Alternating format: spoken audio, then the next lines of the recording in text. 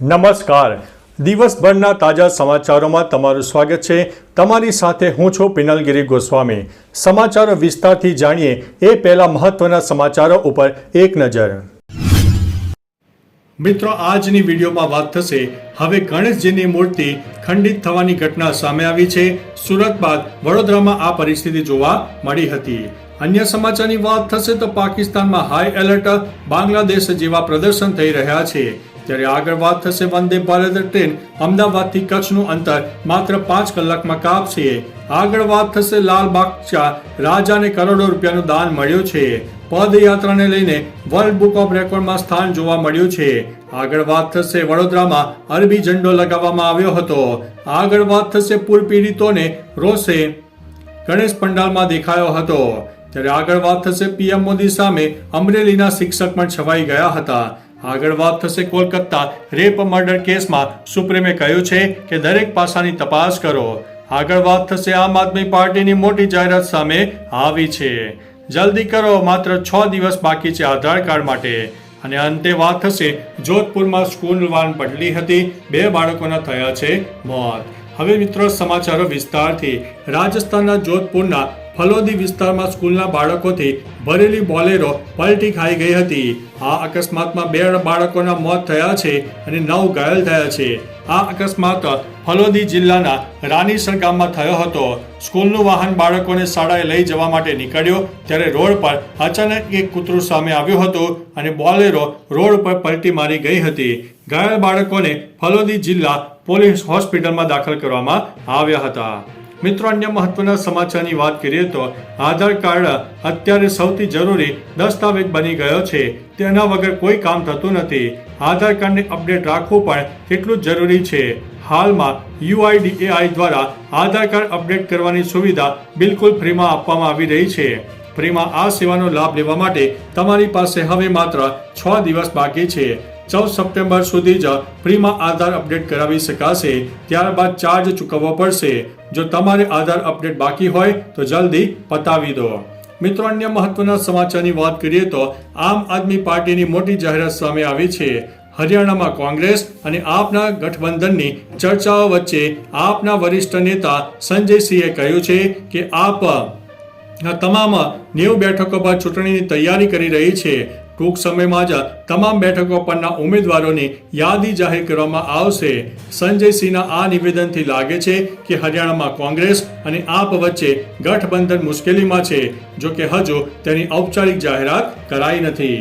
મિત્રો, અન્ય મહત્વના સમાચારની વાત કરીએ તો કોલકાતા રેપ મર્ડર કેસમાં સુપ્રીમે કહ્યું છે કે દરેક પાસાની તપાસ કરો. સુપ્રીમ કોર્ટમાં કોલકાતાના બળાત્કાર અને હત્યા કેસની સુનાવણી થઈ હતી. કોર્ટે ફરીથી CBIનો કેસનો સ્ટેટસ રિપોર્ટ દાખલ કરવા કહ્યું છે. સુપ્રીમ કોર્ટ અને CBIને રિપોર્ટ આપવા માટે 1 સપ્તાહનો સમય આપ્યો છે. સુપ્રીમ કોર્ટે કહ્યું છે કે CBI આ કેસ સાથે જોડાયેલા તમામ પાસાઓની તપાસ કરવી જોઈએ. આ કેસની આગામી સુનાવણી 17 સપ્ટેમ્બરે થશે. સુનાવણી દરમિયાન કોર્ટે કેસ સાથે સંબંધિત CCTV ફૂટેજ વિશે પણ માહિતી માંગી છે. મિત્રો, અન્ય મહત્વના સમાચારની વાત કરીએ તો પીએમ મોદી સામે અમરેલીના શિક્ષક છવાયા છે. હાલમાં પીએમ મોદી શિક્ષકોને મળ્યા હતા, જેમાં ગુજરાતના અમરેલીથી શિક્ષક ચંદ્રેશ બોરીસાગર સામેલ હતા. આ દરમિયાન અમરેલીના શિક્ષકે તક ન ગુમાવી. પીએમ મોદીએ તેમને ઊભા કરતા શિક્ષકે જણાવ્યું કે હું 20 ભાષાઓમાં ગીત ગાઈ શકું છું. તેમણે પીએમ મોદીને ગીતો ગાઈને સંભળાવ્યા હતા. તેમણે પંખીડા તું ઉડી જજે, ગરબામાં બાળકોને શાળાએ આવે તેવા શબ્દો ઉમેર્યા હતા. તેનો વિડીયો વાયરલ થયો હતો અને તમે પણ આ વિડીયો જોઈ શકો છો. મિત્રો, અન્ય મહત્વના સમાચારની વાત કરીએ તો પૂર પીડિતોનો રોષ ગણેશ પંડાલમાં પણ જોવા મળ્યો છે. વડોદરા હાલમાં જ પૂરમાંથી બેઠું થયું છે.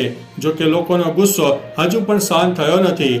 ભાજપ તેમજ અન્ય સત્તાધીશો પ્રત્યેનો પૂર પીડિતોનો ગુસ્સો ગણેશ પંડાલમાં પણ જોવા મળ્યો હતો. વડોદરામાં વોર્ડ નંબર 3ના ગણેશ પંડાલમાં પૂરના ફોટા મૂકવામાં આવ્યા છે, જેમાં શહેરના વિવિધ ભાગો પાણીમાં ગરકાવ થઈ ગયેલા જોવા મળે છે. સાથે જ એક સંદેશ લખવામાં આવ્યો છે કે વોર્ડ નંબર 3ના કોર્પોરેટર માટે પ્રવેશબંધી છે. મિત્રો, અન્ય મહત્વના સમાચારની વાત કરીએ તો વડોદરામાં અરબી ઝંડો લાગ્યો હતો. વડોદરા શહેરના બાયલી વિસ્તારમાં કેટલાક શખ્સોએ સોસાયટીના ધાબા પર અરબી ઝંડો લગાવી દીધો હતો. અર્બન 7 સોસાયટીના ટેરેસ પર અરબી ઝંડા લાગતા સ્થાનિકોએ વિરોધ કર્યો હતો. આ મુદ્દે સ્થાનિક કાઉન્સિલર નીતિન દોંગાએ કહ્યું છે કે ટાવર પર ઝંડો લાગશે તો તોડી પડાશે. અરબી ઝંડા કોઈ પણ જગ્યાએ નહીં લાગે. આ હિન્દુસ્તાન છે, બધા પ્રેમથી રહે છે. બાકી અમે પણ મહાદેવના સંતાન છીએ. હવામાં હશે તો હવા નીકાળી દઈશું. મિત્રો, અન્ય મહત્વના વાત કરીએ તો પદયાત્રાને લઈને વર્લ્ડ બુક ઓફ રેકોર્ડમાં સ્થાન. છેલ્લા 36 વર્ષથી અંબાજી ભાદરવી પૂનમના મેળામાં માં અંબાના દર્શન કરવા આવતા ડોક્ટર પંકજ નાગરે તેમની અવિરત પદયાત્રાના 34 વર્ષે લિમ્કા બુક ઓફ રેકોર્ડમાં પણ નોંધ લીધી હતી.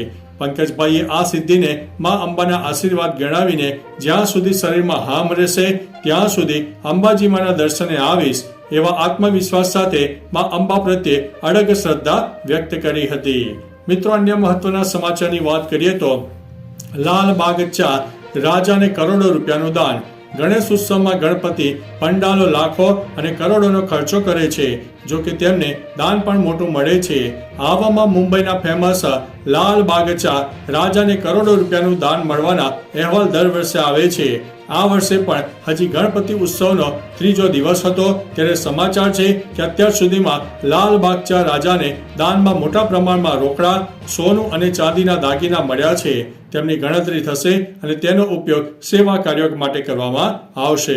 મિત્રો, અન્ય મહત્વના સમાચારની વાત કરીએ તો વંદે ભારત ટ્રેન અમદાવાદથી કચ્છનું અંતર માત્ર 5 કલાકમાં કાપશે. ભારતીય રેલવે તેના મુસાફરોની સુવિધા માટે ટ્રેનોને સતત અપડેટ કરી રહી છે. વંદે ભારત એક્સપ્રેસ ટ્રેન હવે ટૂંકા અંતરે આવેલા 2 શહેરો વચ્ચે વંદે મેટ્રો ટ્રેન દોડાવવાની યોજના બનાવાઈ છે, જે અંતર્ગત ગુજરાતના અમદાવાદ અને કચ્છના ભુજ વચ્ચેથી પ્રથમ વંદે મેટ્રો ટ્રેનનો ટ્રાયલ સફળતાપૂર્વક પૂર્ણ થયો છે. તેની ટૂંક સમયમાં ગુજરાતમાં કેટલાક લાંબા રૂટ પર વંદે મેટ્રો ટ્રેન શરૂ થાય તેવી પણ શક્યતા છે. મિત્રો, અન્ય મહત્વના સમાચારની વાત કરીએ તો પાકિસ્તાનમાં હાઈ એલર્ટ, બાંગ્લાદેશ જેવા પ્રદર્શન. પાકિસ્તાનમાં પણ બાંગ્લાદેશ જેવા વિરોધ પ્રદર્શન થયા છે. પૂર્વ પીએમ ઇમરાન ખાનની મુક્તિને લઈને મોટા પાયે વિરોધ પ્રદર્શન શરૂ થઈ ગયા છે, જેના કારણે પાકિસ્તાન હાઈ એલર્ટ ઉપર છે. પીટીઆઈનો દાવો છે કે સેનાએ ઇસ્લામાબાદમાં પ્રદર્શનકારીઓ પર ભારે ગોળીબાર કર્યો છે અને કેટલાય પાકિસ્તાનીઓ માર્યા ગયા છે. પાકિસ્તાનમાં બિનસત્તાવાર માર્શલ લો છે, પરંતુ પ્રદર્શનકારીઓ આ વખતે લડી લેવાના મૂડમાં છે. મિત્રો, અન્ય મહત્વના સમાચારની વાત કરીએ તો હવે ગણેશજીની મૂર્તિની ખંડિત થવાની ઘટના સામે આવી છે. સુરત બાદ વડોદરામાં પણ ગણેશ ઉત્સવ દરમિયાન શાંતિ ભંગ કરવાના અહેવાલ છે. અસામાજિક તત્વોએ રાજમહેલ રોડ, દાંડિયા બજાર વિસ્તારમાં 3 ગણેશ મંડળની મૂર્તિઓને તોડીને ખંડિત કરી હતી. રણછોડ યુવક મંડળ, પ્રગતિ યુવક મંડળ અને ખાડિયાપોળ યુવક મંડળની મૂર્તિને ખંડિત કરાઈ છે. સીસીટીવી કેમેરામાં એક શખ્સ રાત્રે મંડપમાં ઘૂસતો જોવા મળે છે. મંડપમાં સામાનની ચોરી થઈ છે અને પોલીસ ફરિયાદ પર દાખલ કરવામાં આવી છે. તો ચાલો મિત્રો, ફરીથી દેશ અને દુનિયાના સુપરફાસ્ટ સમાચાર લઈને મળતા રહીશો. ત્યાં સુધી અમને રજા આપશો. નમસ્તે.